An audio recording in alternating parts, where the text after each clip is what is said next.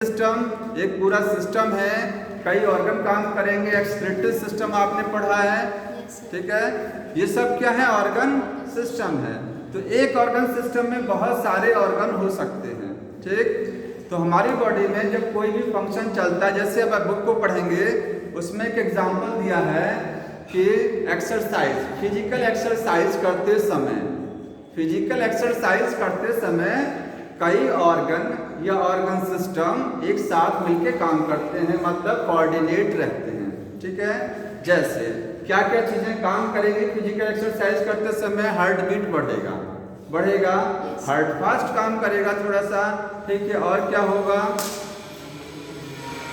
Kidney पे कोई फर्क पड़ेगा। जीएफआर बढ़ जाएगा, आपका ब्लड प्रेशर बढ़ेगा।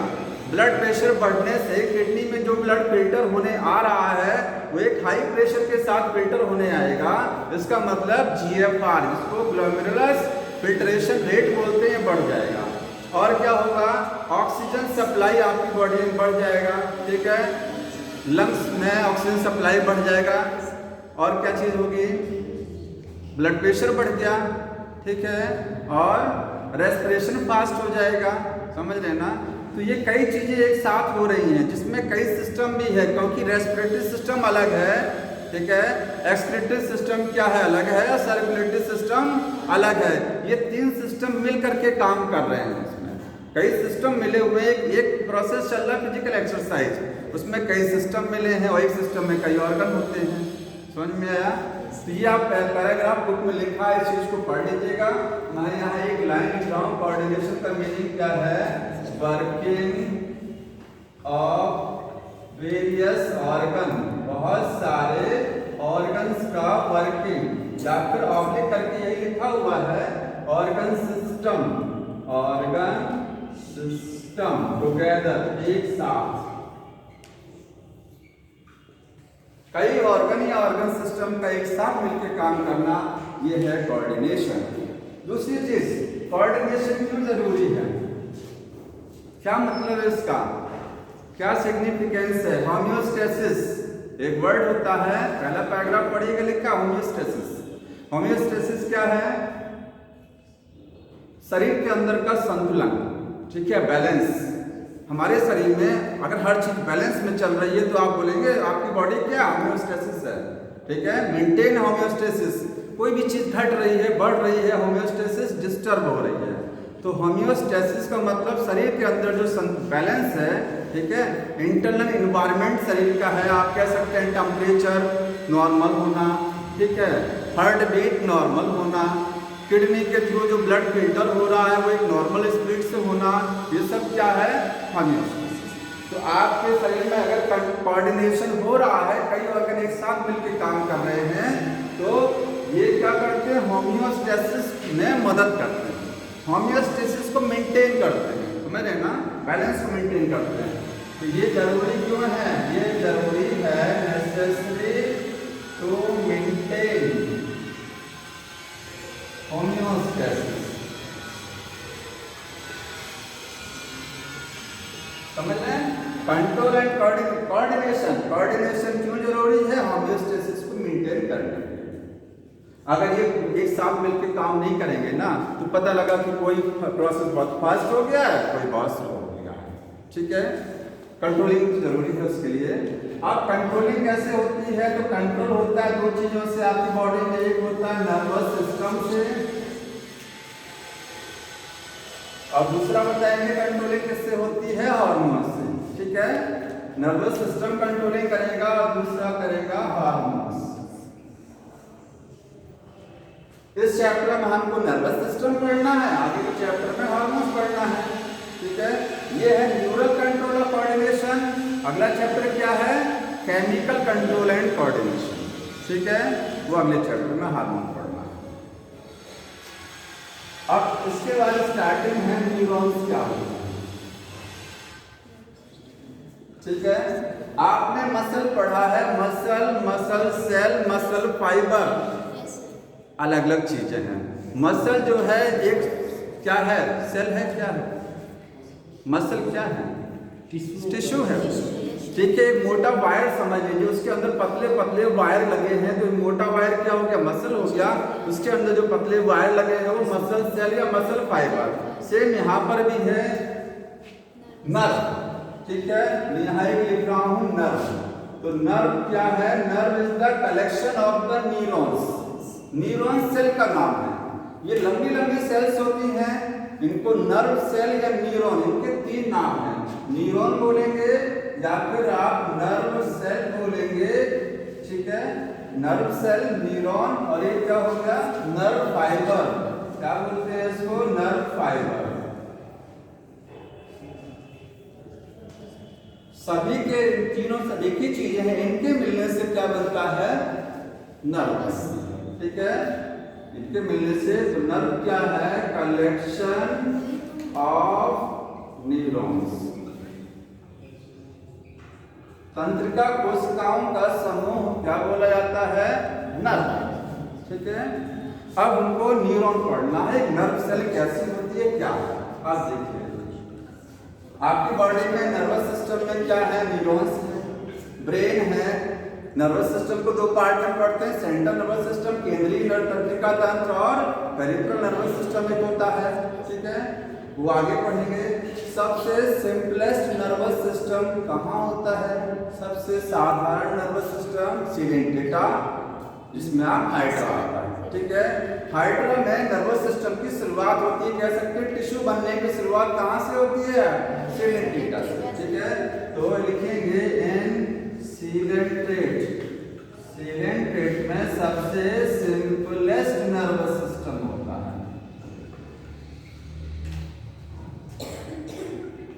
ठीक है, सिंपलेस्ट नर्वस सिस्टम, बहुत साधारण नर्वस सिस्टम होगा, ठीक है। सिलेंटेट का मतलब यहाँ हाइड्रा आप समझिएगा, ठीक है, हाइड्रा सीमेन। इसके बाद जब आप इंसेक्ट्स में जाएंगे, फाइलम आर्थ्रोपोडा, वहाँ थोड़ा सा और बेटर नर्वस सिस्टम है, ठीक है। तो बेटर नर्वस सिस्टम, बेटर का मतलब थोड़ा सा अच्छा, बेटर कहाँ होता है, आर्थ्रोपोड्स में होता है, आर्थ्रोपोड्स का मतलब इंसेक्ट्स में होगा, मतलब लिखते नहीं है, लिख रहे हैं सब ना, ठीक है। और highly developed nervous system vertebrates में, ठीक है, ह्यूमन तो है ही, लेकिन वर्टिब्रेट्स लिखा, क्योंकि वर्टिब्रेट में सबसे अच्छा वर्टिब्रेट कौन है, मैमल्स, उसमें भी कौन, ह्यूमन, ह्यूमन सबसे बेटर होगा, ठीक है। तो हाईली डेवलप्ड जो होगा वो होगा इनवर्टिब्रेट्स, इनवर्टिब्रेट नहीं है ये, इन अलग है और वर्टिब्रेट अलग है, इनवर्टिब्रेट जोड़ देंगे तो अकशेरुकी हो जाएगा, ठीक है, ये अलग अलग है। अब हमको नर्वस सिस्टम के पार्ट समझते हैं, कितने प्रकार का नर्वस सिस्टम होता है, ठीक है।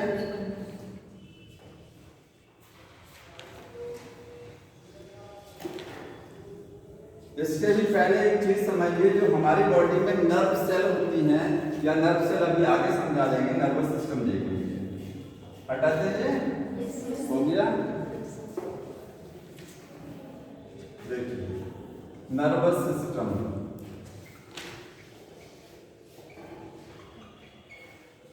दो पार्ट में, सेंट्रल नर्वस सिस्टम और peripheral nervous system, PNS.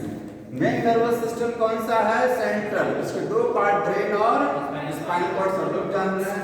Peripheral nervous system के 2 पार्ट, पेरिफेरल का मतलब जानते हैं क्या है, सेंट्रल का मतलब होता है जो हमारी बॉडी की सेंट्रल एक्सिस पर है, जैसे आपने स्केलेटल सिस्टम पढ़ा था, एक्सियल स्केलेटन, एपेंडिकुलर साइड में है, एक्सियल सेंट्रल एक्सिस पर है। तो हमारे सेंट्रल एक्सिस पर क्या है, नर्वस सिस्टम, ब्रेन और स्पाइनल कॉर्ड, जो रीढ़ की हड्डी में जाती है, स्पाइनल कॉर्ड सीधे सेंट्रल एक्सिस पर है। बाकी ये देखिए डायग्राम में देखिए, ये ब्रेन हो गया, ये स्पाइनल कॉर्ड हो गया, ये सेंट्रल में आ गया। यहाँ से जितनी नर्व्स निकलती हैं वो सारी नर्व्स किस में आएंगी, पेरिफेरल में आएंगी। तो पेरिफेरल में सब के सब नर्व्स होती हैं, ठीक है, nerves associated with the central nervous system called peripheral nervous system, ठीक है। यहाँ क्या होता है, नर्व्स होती हैं एसोसिएटेड विद सीएनएस, सीएनएस के साथ जितनी नर्व्स जुड़ी रहेंगी सबको क्या बोलेंगे? पीएनएस। अगर कहा जाए नर्व कितने प्रकार की होती है इसको भी समझेंगे। पीएनएस को डिवाइड किया जाता है एसएनएस और एएनएस। बुक में फुल फॉर्म लिखी गई है सोमैटिक नर्वस सिस्टम और ऑटोनॉमस। सोमैटिक वाला जो होगा ये आपको वॉलंटरी फंक्शन चलाएगा, ऐच्छिक क्रियाएं स्केलेटल मसल के साथ। हमारी जो स्केलेटल सिस्टम होता है, स्केलेटल मसल्स होती है, उसके साथ ये जुड़ा रहेगा। ये क्या चलाएगा? वॉलंटरी फंक्शन, वॉलंटरी फंक्शंस चलाएगा। ठीक है। एएनएस क्या चलाएगा? Involuntary function. बुक में लिखा गया है ANS control the visceral organ. Body में आपके जितने इंटरनल ऑर्गन हैं उनको कंट्रोल कौन करेगा? एएनएस। इंटरनल ऑर्गन का मतलब किडनी है, हार्ट है, लिवर है। ठीक है। इनको कंट्रोलिंग भी है। हमारे इनके ऊपर कोई वो नहीं है, कोई कंट्रोलिंग नहीं है। हमारा कंट्रोलिंग किस पर है? लिम्स पर। ठीक है। बॉडी के अंदर जो ऑर्गन है किडनी, हार्ट, लिवर, इनके ऊपर हमारा कोई कंट्रोलिंग नहीं है। ये विसरल ऑर्गन है तो उनको कंट्रोल कौन करता है? एएनएस। ठीक है। यानी कीजिएगा control visceral organ, visceral organ उनके फंक्शंस को कंट्रोल करेगा एएनएस। ठीक है। अब एएनएस को डिवाइड किया गया है इसमें कौन सा? दो पार्ट में। कौन सा है? सिंपैथेटिक और पैरासिम्पैथेटिक। यहाँ एक है सिंपैथेटिक और दूसरा है पैरासिम्पैथेटिक।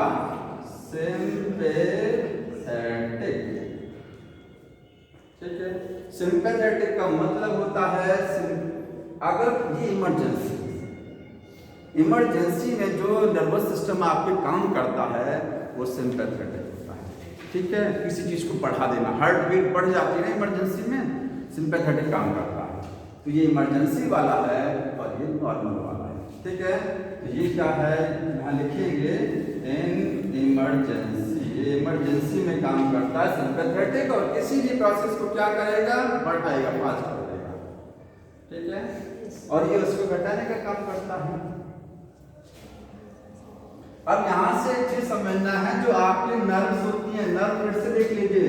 नर्व का मतलब एक मोटा वायर है, उसके अंदर पतले पतले वायर हैं, उनको क्या बोलेंगे? नर्व सेल है, नर्व फाइबर। एक मोटे वायर को हम लोग नर्व समझ रहे हैं। ठीक है। नर्व जो होती है वो दो टाइप की हैं। कौन कौन सी है? क्रैनियल और स्पाइनल। तो क्रैनियल नर्व्स होती हैं और स्पाइनल होती हैं। क्रैनियल होता है 12 पेयर, स्पाइनल होता है 31 पेयर। ठीक है। ये कहाँ का समझ लीजिए। इसी को हमने डिस्क्राइब किया था, इसी में थोड़ा सा कंफ्यूजन होगा। नहीं, सुन लीजिए मेरी बात। सेंट्रल नर्वस सिस्टम समझ में आया? सेंट्रल नर्वस सिस्टम ये ब्रेन और स्पाइनल कॉर्ड, इसके अंदर क्या है? न्यूरॉन्स। ठीक है। न्यूरॉन्स क्या होते हैं? नर्व्स। ठीक। नर्व और न्यूरॉन अलग चीज है। सेंट्रल नर्वस सिस्टम के अंदर आपके नर्व नहीं होती है, ध्यान रखिएगा। नर्व नहीं है, नर्व एक मोटा वायर है। ठीक है। वो आपको बाहर दिखाई देगा। ठीक। ये जो बाहर वायर निकले हुए हैं ये सब क्या है? मोटे वायर हैं, ये नर्व है। इनके अंदर पतले पतले वायर हैं, न्यूरॉन्स हैं। न्यूरॉन्स इसमें भी हैं लेकिन वो वायर के रूप में नहीं है। ठीक। अब इसको हमने डिस्क्राइब किया पीएनएस के रूप में, बताया पीएनएस है ये। इसके दो टाइप हैं, एसएनएस और एएनएस। ये किसके बेसिस पर हमने डिवाइड किया है? कि वो वॉलंटरी काम चला रहे हैं कि इनवॉलंटरी। इसके आधार पर हमने दो पार्ट में डिवाइड कर दिया। ये जो पीएनएस में हम लोग नर्व पढ़ते हैं, नर्व, अब इस नर्व को दो पार्ट में डिवाइड करते हैं और किसके आधार पर? वो नर्व निकल कहाँ से रही है? अगर वो ब्रेन से निकल रही है तो क्रैनियल नर्व होती है और स्पाइनल कॉर्ड से अगर निकल रही है, देखिए मैंने यहाँ स्पाइनल कॉर्ड से निकाला है। ये क्या है? Spinal nerve. 31 पेयर आपको यहाँ से 31 इधर से और 31 इधर से, और 12 जोड़ी यहाँ से निकली। ठीक है। ये कहाँ से निकल रही है इसके आधार पर होता है। तो क्रैनियल का मतलब ब्रेन हो गया, ये स्पाइनल कॉर्ड होता है। ठीक है। समझ में आया? जी सर।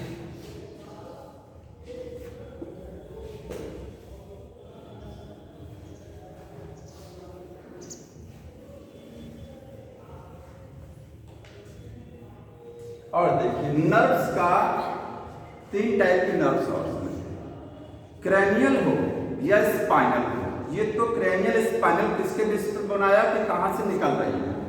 अब उसके अंदर जो तार लगा हुआ है नर्व के अंदर, वो तार कैसा है, वो न्यूरॉन कैसा है, क्या वो पूरी तरीके से सेंसरी वाला, सेंसरी और मोटर न्यूरॉन जानते हैं सब लोग ना। न्यूरॉन आपकी बॉडी में नर्व सेल दो प्रकार की होती हैं, जो नर्व सेल संदेश को ले जाती हैं ब्रेन तक।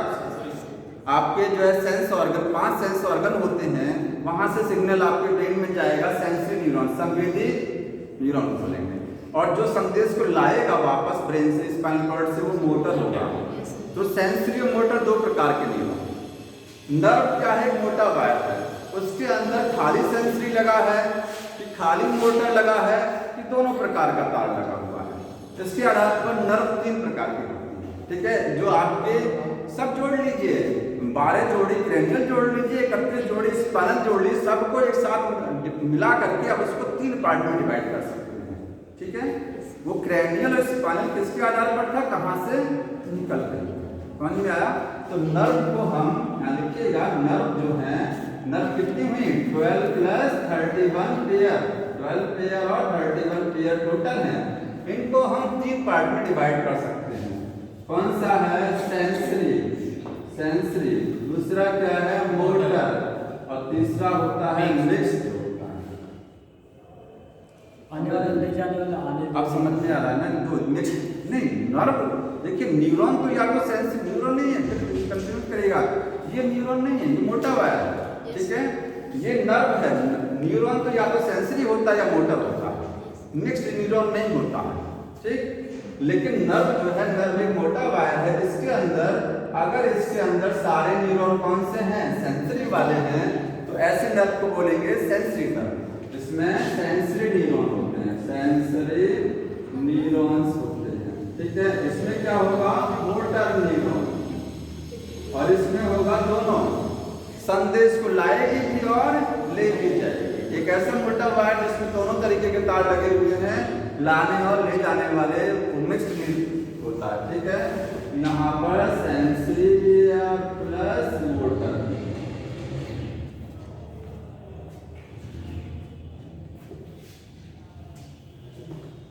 अब एक नर्व सेल को समझना है, ठीक है।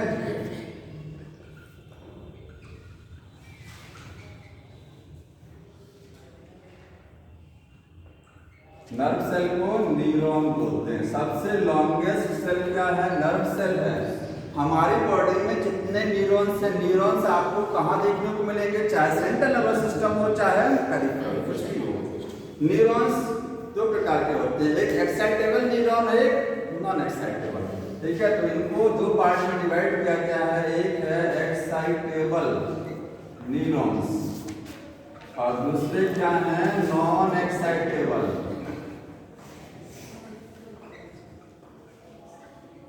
ये आपने नहीं पढ़ा होगा, देखिए एक्साइटेबल क्या होता है, ऐसा न्यूरॉन जो एक्साइट हो सकता है। हमारी बॉडी में अगर हम कोई वर्क कर रहे हैं, ब्रेन से संदेश आ रहा है या ले जा रहा है, ब्रेन की तरफ संदेश जा रहा है, मतलब ऐसा न्यूरॉन जो संदेश लाता है या ले जाता है, वो एक्साइटेबल होता है, ठीक है। एक्साइट होगा तभी तो मैसेज को लाएगा, ले जाएगा। संदेश वाहक न्यूरॉन कौन से होते हैं, एक्साइटेबल। सारे न्यूरॉन संदेश नहीं ले जाते हैं। अब आपके नर्वस सिस्टम में बहुत सारी सेल ऐसी होती हैं जो संदेश नहीं ले जाती हैं, ना ही लाती हैं, वो नॉन एक्साइटेबल। इनकी संख्या 50% से ज़्यादा होती है, ठीक है। मोर देन 50% न्यूरॉन यही वाले हैं, 50% से कम। जो आप अभी डायग्राम पढ़ेंगे नर्व सेल का, वही वाला पढ़ेंगे, एक्साइटेबल वाला। इनको थोड़ा सा देख लीजिए कौन कौन से हैं ये नॉन एक्साइटेबल, क्या क्या करते हैं। इनमें आप देखेंगे एपेंडाइमल सेल, एपेंडाइमल सेल्स, ठीक है। ये कुछ कोशिकाएं आपके नर्वस सिस्टम में हैं, क्या करती हैं, सेरेब्रो स्पाइनल फ्लूइड बनाती हैं, CSF, ठीक है। ये कोई सिलेबस से हट के नहीं आपको आगे मिलेगा। ये क्या बनाती हैं, फॉर CSF। CSF क्या है, सेरेब्रो स्पाइनल फ्लूइड है। कोई बताएगा ये एक लिक्विड है, कहाँ मिलेगा देखने को, ब्रेन में, स्पाइनल कॉर्ड में। आपके हार्ट में जैसे वेंट्रिकल होता है ना, हार्ट में आपके एट्रियम और वेंट्रिकल है, वेंट्रिकल जगह है ना, स्पेस है, वैसे आपके ब्रेन में और स्पाइनल कॉर्ड के अंदर भी स्पेस होता है, उसको वेंट्रिकल बोलते हैं वहाँ पर, ठीक है। 4 वेंट्रिकल वहाँ पर होते हैं, समझ में आया? तो ये वेंट्रिकल के अंदर एक लिक्विड भरा होता है, ब्रेन के अंदर एक आपके ब्रेन में लिक्विड है, ठीक है, और स्पाइनल कॉर्ड में भी लिक्विड है उस स्पेस में। वो लिक्विड कौन बनाता है? एपेंडाइमल सेल बनाता है। दूसरा है स्वान सेल, जिसका जिक्र आगे किया गया है। स्वान सेल्स क्या बनाती हैं? अभी लिख लीजिए, माइलिन शीट बनाती हैं। माइलिन शीट बनाएंगे, इसको बताएंगे, शॉक से बचाते हैं। हाँ अभी बताएंगे। दूसरा है ओलिगोडेंड्राइट्स। ओलिगोडेंड्राइट्स ये भी क्या करती हैं? माइलिन शीट बनाती हैं। माइलिन शीट की क्या करती हैं? सिंथेसिस करती हैं, बनाती हैं। ये भी माइलिन शीट, दोनों में अंतर क्या है? Schwann cell peripheral nervous system में माइलिन शीट बनाएगा, ओलिगोडेंड्राइट सेंट्रल नर्वस सिस्टम में बनाएगा। समझ में आया? मतलब स्वान सेल्स आपके सेंट्रल नर्वस सिस्टम में नहीं होती हैं, ब्रेन स्पाइनल कॉर्ड में ये नहीं होती हैं, ठीक है। ये लिखेंगे ओनली इन पीएनएस, या आपको पीएनएस में देखने को मिलेगा, वहां पर माइलिन शीट बनाएगा। ये कहाँ बनाएगा? एनसीएनएस में बनाएगा, ठीक है। एक और इसके बाद कौन सा होता है? Microglial cell. माइक्रोग्लियल सेल्स ये क्या है? ये सेल है जो WBC को की तरीके से है। आपके सेंट्रल आपके नर्वस सिस्टम में जो WBC का नाम क्या होता है? Microglial cell. फैगोसाइटोसिस नेचर की होती है, ठीक है। एंटीबॉडी नहीं बनाएगा, ये फैगोसाइटोसिस नेचर की। हाँ इन्वॉल्व करती है, तो ये फैगोसाइटोसिस करती हैं, ठीक है। तो कितना मेन होता है, कितनी कैटेगरी की नॉन एक्साइटेबल न्यूरॉन्स होती हैं। अब हमको ये वाला पढ़ना है, एक्साइटेबल न्यूरॉन। सर हाँ हम लोगों ने जितना अभी पढ़ा सेंसरी, नर्व, मोटर, ये सब एक्साइटेबल वाले बातें हैं। हाँ एक्साइटेबल वाले नहीं नहीं ऐसा नहीं है। देखिए सेंसरी, हाँ पेरिफेरल नर्वस सिस्टम में जो आप पढ़ेंगे, पेरिफेरल में ऐसा नहीं होता कि पेरिफेरल में सबका सब यही है, ठीक है। पेरिफेरल नर्वस सिस्टम हो चाहे सेंट्रल हो, ठीक है, उसमें ये सब देखने को मिलेगा। आप स्वान सेल्स को कहाँ देखेंगे? स्वान सेल आप उसमें देखिए, नर्व का डायग्राम बनाने न्यूरॉन का, उसमें स्वान सेल का जिक्र किया जाता है, ठीक है। क्या WBC को, ये WBC आपकी है, क्या ये आपके सेंट्रल नर्वस सिस्टम और पेरिफेरल में नहीं मिलेंगे? सब में मिलेंगे।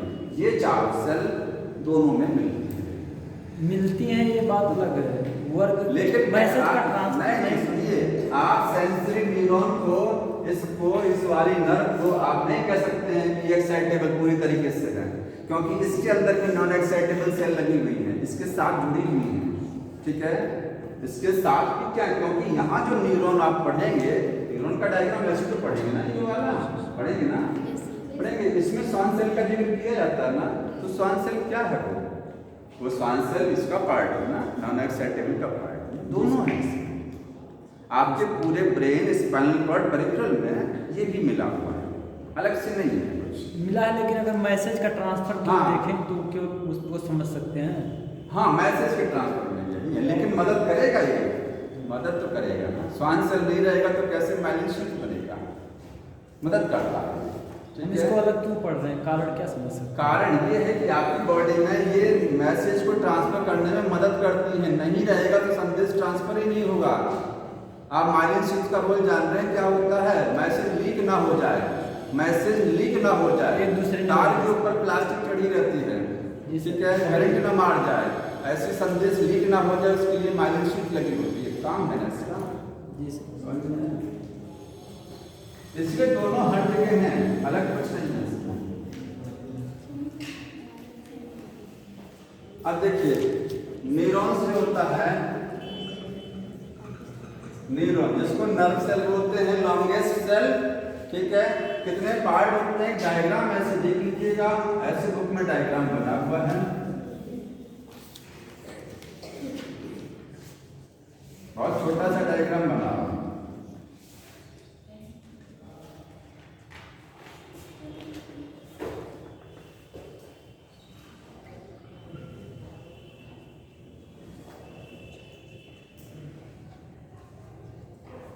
हो गया ये नर्व सेल, बहुत बार पढ़ चुके नर्व सेल को, ठीक है। इसमें वो ध्यान कर रखना आपको, नर्व सेल के कितने पार्ट? तो वैसे तो मेन दो होते हैं, ठीक है, सेल बॉडी और डेंड्राइट। बुक में 3 लिखा है। एक्सॉन कोई अलग पार्ट नहीं है। Longest dendrite called axon. सबसे लंबा डेंड्राइट क्या होता है? यहाँ डेंड्राइट है ना, ये देखिए कुछ छोटे हैं कुछ बड़े हैं, ये भी एक डेंड्राइट है। तो मेन पार्ट 2 होते हैं, लेकिन क्योंकि बुक में 3 लिख दिया तो आप नहीं समझिएगा। तो 3 पार्ट में इसके डेंड्राइट्स हैं और दूसरा है सेल बॉडी। सेल बॉडी को बोलते हैं साइटोन, साइटोन या पेरिकैरियोन, पेरिकैरियोन बोला जाता है, ठीक है। और तीसरा होता है एक्सॉन। ये 3 पार्ट हैं, ठीक समझ में। मेन पार्ट कौन सा नर्व सेल का? मेन पार्ट यहाँ से मेन पार्ट में दिख रहा है सेल बॉडी, यही सेल है। आखिर कैसे कहेंगे नर्व सेल एक सेल होती है? क्योंकि आप देखिए, आप बोलते हैं सेल ऐसी तो होती है, सेल में सब कुछ होता है, न्यूक्लियस है, माइटोकॉन्ड्रिया, सब कुछ होता है। अभी इसी में से इस तरीके से स्ट्रक्चर को लंबा कर दीजिए, ये देखिए, तो आखिर ये सेल तभी तो रह जाएगी। ये देखो, तभी तो ये सेल ही है। तो सेल का मेन पार्ट यही तो था, सेल बॉडी ही मेन पार्ट है। तो सब किनारे किनारे निकल गया है स्ट्रक्चर, ठीक है। तो ये मेन पार्ट होता है। अब डेंड्राइट और एक्सॉन में थोड़ा सा डिफरेंस जान लीजिए, क्या होता है ये डेंड्राइट एक्सॉन में, पूछा जाता है क्या अंतर होता है, समझ में आया?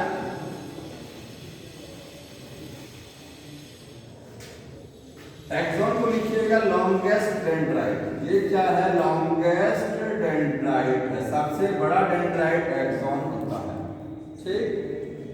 दोनों में डिफरेंस, एक साइड में डेंड्राइट और दूसरी साइड में एक्सॉन, ठीक है।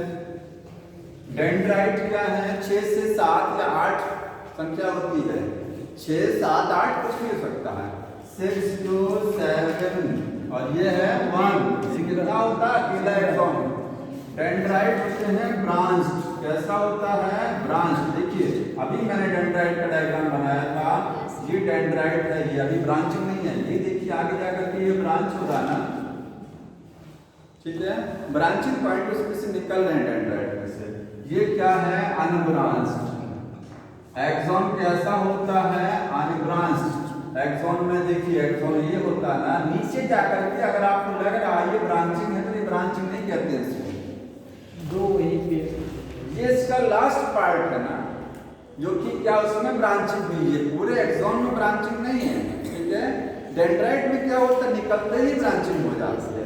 जैसे डेंड्राइट निकला यहाँ से, इसमें ब्रांचिंग हो गई। देखो, ये तो इतनी बड़ी लंबाई में आया, तब जाकर के लास्ट पार्ट थोड़ा सा ब्रांच होता है, ये ब्रांच नहीं है, समझ में। ये पूरा स्ट्रेट बोला जाता है, इसमें ब्रांचिंग नहीं है। लास्ट में थोड़ा सा भी इसको बताएंगे ब्रांचिंग नहीं है, ठीक। तीसरा, डेंड्राइट का काम क्या होता है? सिग्नल लेना। सेंस ऑर्गन में यही कनेक्ट है, स्किन में अगर कोई न्यूरॉन कनेक्ट है तो कौन सा हिस्सा यहाँ कनेक्ट है उसका? डेंड्राइट। एक्सॉन पीछे है, ठीक है। तो ये सिग्नल रिसीव सिग्नल को रिसीव करता है। एक्सॉन क्या करता है? ट्रांसमिट करता है, उसको आगे बढ़ाता है, ठीक है। Conduct the signal, conduct signal का मतलब नर्व इंपल्स होता है। और एक चीज होती है डेंड्राइट, इसमें डिफरेंस, मिसल ग्रेन्यूल्स यहाँ प्रेजेंट है, यहाँ नहीं। और क्या होता है समझ लीजिए, मिसल्स एपोस्ट्रोफी एस है, ग्रेन्यूल यहाँ प्रेजेंट है, ठीक है, प्रेजेंट। यहाँ क्या होता है? वो चीज एब्सेंट। अब समझ लीजिए मिसल ग्रेन्यूल क्या होता है।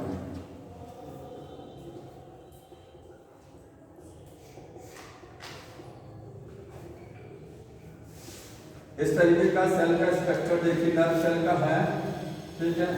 आपको ये न्यूक्लियस दिखाई दे रहा है, यहाँ पर कुछ दानेदार स्ट्रक्चर दिख रही होंगी, डार्क, कुछ ग्रैन्यूल्स का मतलब डार्क ग्रैन्युलर स्ट्रक्चर, दानेदार संरचनाएं होती हैं सेल में। यही आपको एक यहाँ डेंड्राइट में भी देखने को मिलती है। डेंड्राइट मैंने बनाया, देखिए ये हो गया डेंड्राइट, इसमें भी है ये चीज, लेकिन वो चीज एक्सॉन में नहीं है। क्या तो मिसल ग्रैन्युल होता क्या है वास्तविक में? एंडोप्लाज्मिक रेटिकुलम और राइबोसोम का कलेक्शन होता है, प्रोटीन बनाने में मदद करता है। क्या काम है इसका? प्रोटीन सिंथेसिस, ठीक है। ये क्या है? ये आपको बोलेंगे एंडोप्लाज्मिक रेटिकुलम प्लस राइबोसोम, दोनों का कलेक्शन मिसल ग्रैन्युल्स होता है। क्या काम होता है? Protein synthesis.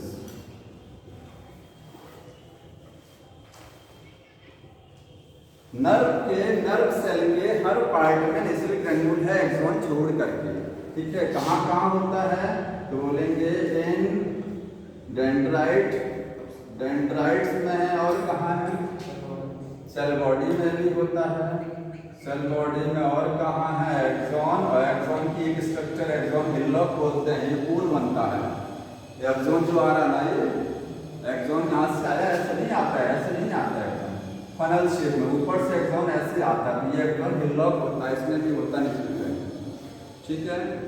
तो इतना ध्यान रखना है, सॉरी एक्सॉन हिल्लॉक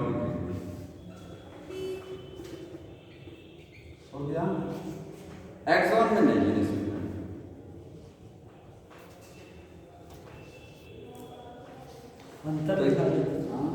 अंतर हो गया, डेंड्राइट और एक्सॉन में क्या और एक डिफरेंस देखिए, डेंड्राइट में माइलिन शीट नहीं देखने को मिलती है, क्या लिखेंगे माइलिन शीट एब्सेंट।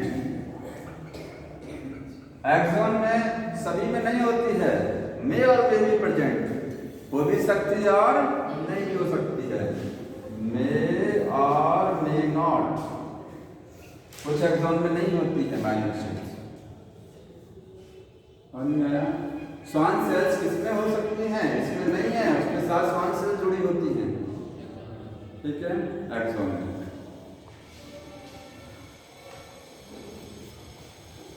अब आप उसके बाद स्वान सेल समझ लीजिए, तब वो पूरा स्ट्रक्चर समझिएगा। स्वान सेल्स देखिए क्या होता है, स्वान सेल्स एक प्रकार की नॉन एक्साइटेबल सेल्स होती है, न्यूरॉन है, जो क्या करती हैं माइलिन शीट बनाती हैं, ठीक है। काम क्या होता है, माइलिन शीट का प्रोडक्शन करना, बनाना। माइलिन शीट क्या होती है, कवर प्रदान करती है, ये लिपिड का बना, ये किस चीज का बना होता है, लिपिड या फैट का बना होता है माइलिन शीट। एग्जाम्पल एक्सॉन के चारों तरफ ही देखने को मिलता है, ठीक है, अराउंड एक्सॉन के चारों तरफ मिलता है। तो क्या हर एक्सॉन में माइलिन शीट देखने को मिलती है, सभी में मिलती है, सॉरी स्वान सेल्स होगा, स्वान सेल सभी में होगा, ठीक है। ऐसा नहीं है कि जिस एक्सॉन में माइलिन शीट नहीं है, ठीक है, या जहां पर माइलिन शीट नहीं है वहां पर ही स्वान सेल्स होती हैं, लेकिन पतली लेयर थिन होती है। अभी उसको जब आगे नोड्स ऑफ रेनवी बोलते हैं उस जगह, ठीक है। हाँ,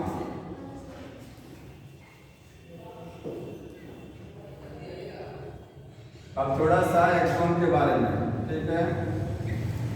एक्सॉन, अब यहाँ से डायग्राम देख लीजिए, ऊपर वाला तो खत्म हो गया। एक चीज और समझ लीजिए, नर्व सेल में सेंट्रियोल नहीं होता, नर्व सेल में सेंट्रियोल नहीं है, तो नर्व सेल डिवाइड नहीं करती है। तो ब्रेन में रिपेयर होता है कि नहीं होता है, बहुत नाके, बहुत कम। नर्वस सिस्टम में रिपेयरिंग होती है, ऐसा नहीं कि सबका रिपेयरिंग नहीं होती है, भाव बढ़ता बहुत लिमिटेड, बहुत थोड़ा, क्योंकि सेंट्रियोल पूरी तरीके से गायब सेल डिवाइड नहीं कर सकती है, तो रिपेयर होता है खाली, ठीक है। तो रिपेयर कहाँ से होता है, एक सेल होती है एस्ट्रोसाइट सेल, एस्ट्रोसाइट सेल, वो नर्वस सिस्टम में रिपेयर कर देती है, समझ में। तो आपके सेंट्रियोल नहीं है, ठीक, सेंट्रियोल एब्सेंट होता है, इसलिए यहाँ पर सेल डिवीजन। एक्सॉन को समझना है, अब एक्सॉन सीधे आ जाइए, ये एक्सॉन इस तरीके से है, एक्सॉन में ये इस तरीके से देखिए, ये आपको बना होगा, यही डायग्राम बुक में बना है, मैं पूरे का डायग्राम नहीं बनाया है। एक्सॉन का लास्ट पार्ट जो है वो कुछ ब्रांच है इस तरीके से, ये देखिए, ठीक है।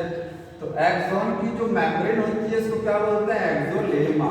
एक्सोलेमा क्या है, मेम्ब्रेन ऑफ एक्सॉन।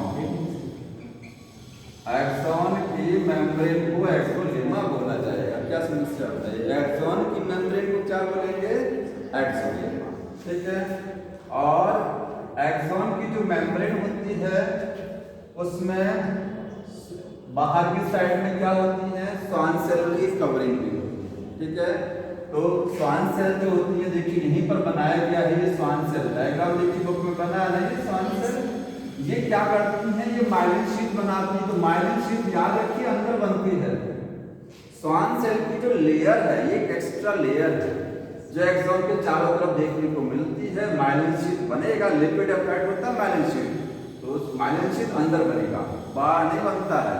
समझ में आ रहा है? अगर ये श्वान सेल की लेयर है तो माइलिन शीट ऊपर नहीं बनाएगी, बना करके नीचे भेजेगी। ये है माइलिन शीट। जैसे जो सेल वॉल आप पढ़ते हैं ना, सेल वॉल, तो बताइए सेल वॉल होती है primary cell wall, secondary tertiary पढ़ा ना, 3 तरीके की सेल वॉल। सेल वॉल जब नहीं बनती तो बाहर बनती है, अंदर बनती है, अंदर से बनती है सेल वॉल। ठीक है, सिंथेसिस अंदर से होती है वहाँ पर। तो यहाँ पर ध्यान रखिए कि माइलिन शीट अंदर से बन रही है। ठीक है, इस साइड बना करके अंदर भेजता है, श्वान सेल के नीचे है माइलिन शीट।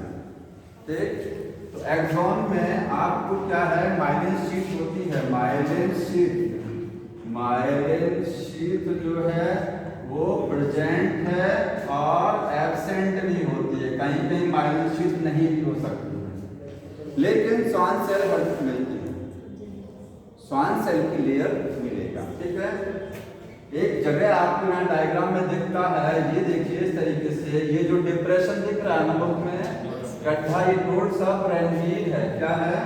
Nodes of रेनवीर।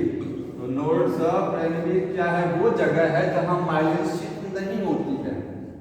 यहाँ माइलिन शीट गायब है। ठीक है, यहाँ पर माइलिन शीट क्या है? एब्सेंट है। तो इसका मतलब ये नहीं है कि यहाँ श्वान सेल की लेयर नहीं है। श्वान सेल की लेयर है कितनी पतली है कि माइलिन शीट नहीं बना पाएगी, वेरी थिन श्वान सेल्स। ठीक है, क्या लिखेंगे? माइलिन शीट एब्सेंट है और वेरी थिन लेयर है किसका? श्वान सेल्स का। श्वान सेल्स की लेयर बहुत पतली होती है, इसलिए माइलिन शीट नहीं बनती। समझ में आ रहा है? तो यहाँ पर ये हो गया। अब देखिए माइलिन शीट है या नहीं है, इसके आधार पर न्यूरॉन्स दो टाइप के, माइलिनेटेड और नॉन माइलिनेटेड। तो देख लीजिए, तो टाइप्स ऑफ न्यूरॉन, ये नर्व सेल की बात हो रही है। टाइप्स ऑफ न्यूरॉन्स, न्यूरॉन्स के प्रकार, पहला है माइलिनेटेड और दूसरा है नॉन माइलिनेटेड। माइलिनेटेड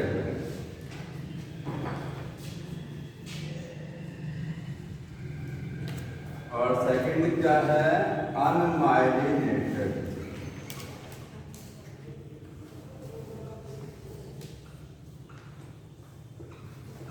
माइलिनेटेड का मतलब माइलिन शीट है। ठीक है, यहाँ पर माइलिन शीट प्रेजेंट है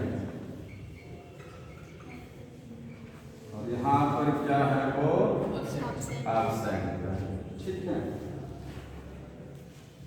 देख सकते हैं। हाँ,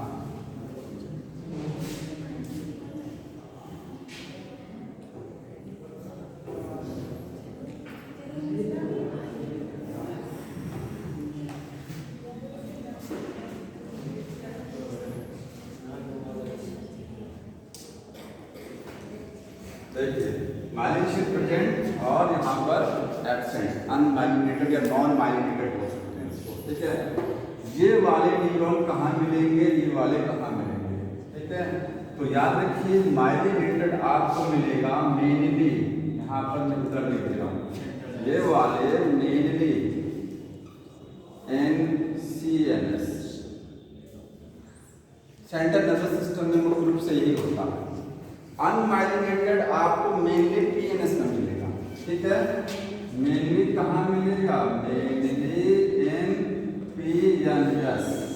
ठीक है, कौन क्या क्या? अब बताइए CNS में कौन कौन से न्यूरॉन? तो यहाँ पर अब अलग से लिख लीजिएगा। अब लिखिएगा NCNS, सेंट्रल नर्वस सिस्टम में मैक्सिमम का मतलब 99%।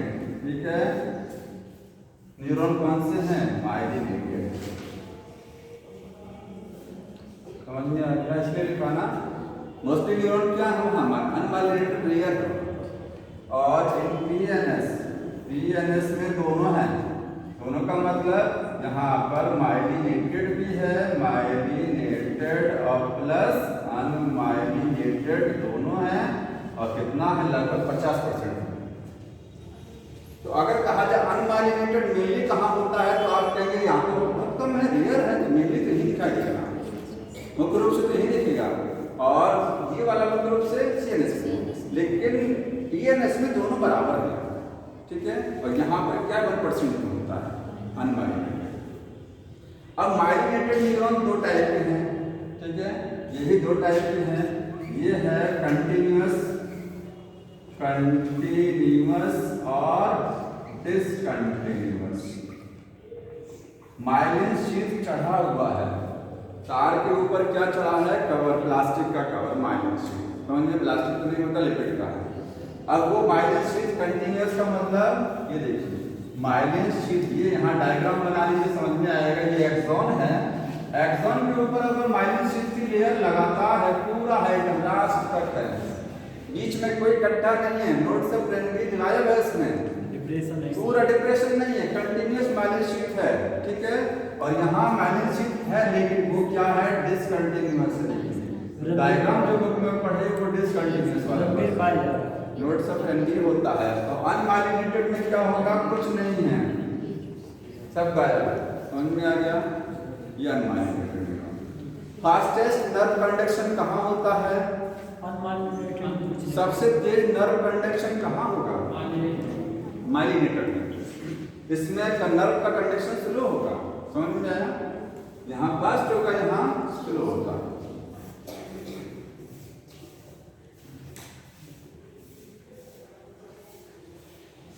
अब बुक में लास्ट पैराग्राफ पढ़ेंगे, कौन सा वाला, जहाँ डायग्राम नहीं आ क्या लाइन बोला अभी कि किसका फास्ट होता है, फास्ट नहीं होता। लिखिएगा, myelinated neurons have fast conduction, unmyelinated neurons have slow conduction. Unmyelinated neuron में स्लो कंडक्शन होता है नर्व इंपल्स का, माइलिनेटेड में फास्ट होता है। जो एक डायग्राम बुक में दिया है, उसमें उस वाली डायग्राम में इधर जो लास्ट पैराग्राफ पढ़ेंगे उसमें थोड़ा सा कंफ्यूजन होगा, उसमें PNS और ANS की बात कर दिया इसमें, ठीक है।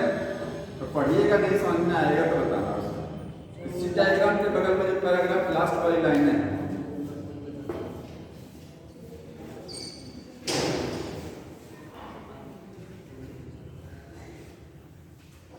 अगला टॉपिक क्या है, थोड़ा सा समझ लीजिए, नर्व इंपल्स कैसे जनरेट होता, ठीक है। तो नर्व इंपल्स समझ रहे हैं, जैसे आपका हार्ट इलेक्ट्रिसिटी बनाता है और आगे भेजता है, ठीक है, ऐसे ही नर्व जो होती हैं वो नर्व पर सिग्नल आता है, न्यूरॉन्स। हाँ, अपरेंट उनका नाम नहीं पढ़ा है, वही लिखा है, वही कह रहा हूँ ना। अपरेंट होता है सेंसरी, डिफरेंट होता है मोटर, APPRENT वो सेंसरी वाला है। कहाँ पर अपरेंट, जो अपरेंट लिखा ना, ये वाला वो सेंसरी है, डिफरेंट वाला मोटर है, आप उससे समझ सकते हैं किडनी वाले में, नेफ्रॉन में अपरेंट नेफ्रॉन, आर्ट्रियोल और डिफरेंट आर्ट्रियोल होता है ना वहाँ पर। ये देखिए, ये तंत्रिका सेल है, ठीक है, इधर देखते रहिए, ये बहुत टफ टॉपिक है, थोड़ा समझिएगा इसको। कैसे हमारे न्यूरॉन्स में या तंत्रिका कोशिकाओं में संदेश कैसे डेवलप होता है, कैसे वो संदेश को रिसीव करती हैं, कैसे संदेश को आगे बढ़ाती हैं, ठीक है। संदेश या नर्व इंपल्स कैसे उत्पन्न होता है, समझ में आया, नर्व इंपल्स कैसे उत्पन्न होता है, जब उत्पन्न होगा तभी तो आगे बढ़ेगा इंपल्स। तो आपको ये समझना है कि रेस्ट कंडीशन में अगर न्यूरॉन के द्वारा संदेश नहीं भेजा जा रहा है तो न्यूरॉन एकदम आराम कर रहा है। उस कंडीशन में पहले वो कंडीशन समझनी है, तब इसके बाद आप जनरेशन, तब आपके पास समझेंगे कैसे नर्व इंपल्स जनरेट होता है, ठीक है। अभी रेस्ट मोड समझ रहे हैं कि मान लीजिए कोई न्यूरॉन है, जानते हैं न्यूरॉन के चारों तरफ जो मेम्ब्रेन होती है, उस मेम्ब्रेन का नाम क्या होता है, बताइए इस मेम्ब्रेन का नाम क्या है, न्यूरिलेमा। क्या बोलते हैं इसको, न्यूरिलेमा। एक्सोम में हमने इसको एक्सोलेमा पढ़ा ना, वो एक्सोलेमा क्या है, न्यूरिलेमा। जैसे मसल सेल की मेम्ब्रेन का नाम होता है सार्कोलेमा, नर्व सेल की मेम्ब्रेन का नाम न्यूरिलेमा, क्योंकि सेल में बाहर मेम्ब्रेन होती है ना, तो न्यूरिलेमा है, और एक्सोम में जाकर इसको एक्सोलेमा बोल देते हैं इसको। तो हमको यहाँ एक्सोम में समझना थोड़ा सा कि रेस्ट कंडीशन में जो न्यूरिलेमा होती है, ठीक है, उसमें क्या होता है? तो नर्व इम्पल्स समझने के पहले लिख लेंगे इन रेस्ट कंडीशन। अगर नर्व सेल रेस्ट है, ये जो मैं डायग्राम बना रहा हूं, या आप समझ लीजिए न्यूरिलेमा है। क्या है? नर्व सेल की मेम्ब्रेन है, ऊपर नीचे हो गया, ठीक है। इसमें बाहर की साइड में क्या होता है? पॉजिटिव चार्ज, और अंदर की साइड में नेगेटिव चार्ज है। बाहर अंदर नेगेटिव है और बाहर पॉजिटिव है। मतलब न्यूरिलेमा या एक्सोलेमा भी अगर लिखा गया होगा तो कोई वो नहीं है, ठीक है। न्यूरिलेमा क्या है? अगर नर्व सेल की जो मेम्ब्रेन होती है, एक मेम्ब्रेन ये है, ठीक है, और एक निचली मेम्ब्रेन ये बना रहे हैं, इसको समझिए। ये अंदर से क्या नेगेटिव चार्ज, बाहर से क्या है?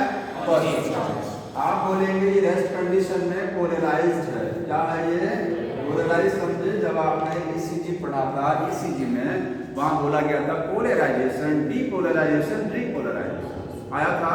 तो पोलराइज का मतलब होता है पोलैरिटी डेवलप होना।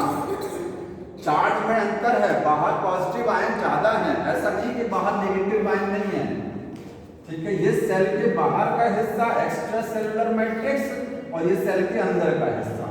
तो बाहर जो है, बाहर पॉजिटिव भी है, नेगेटिव भी, लेकिन पॉजिटिव आयन ज्यादा है इसलिए पॉजिटिव चार्ज दिख रहा है।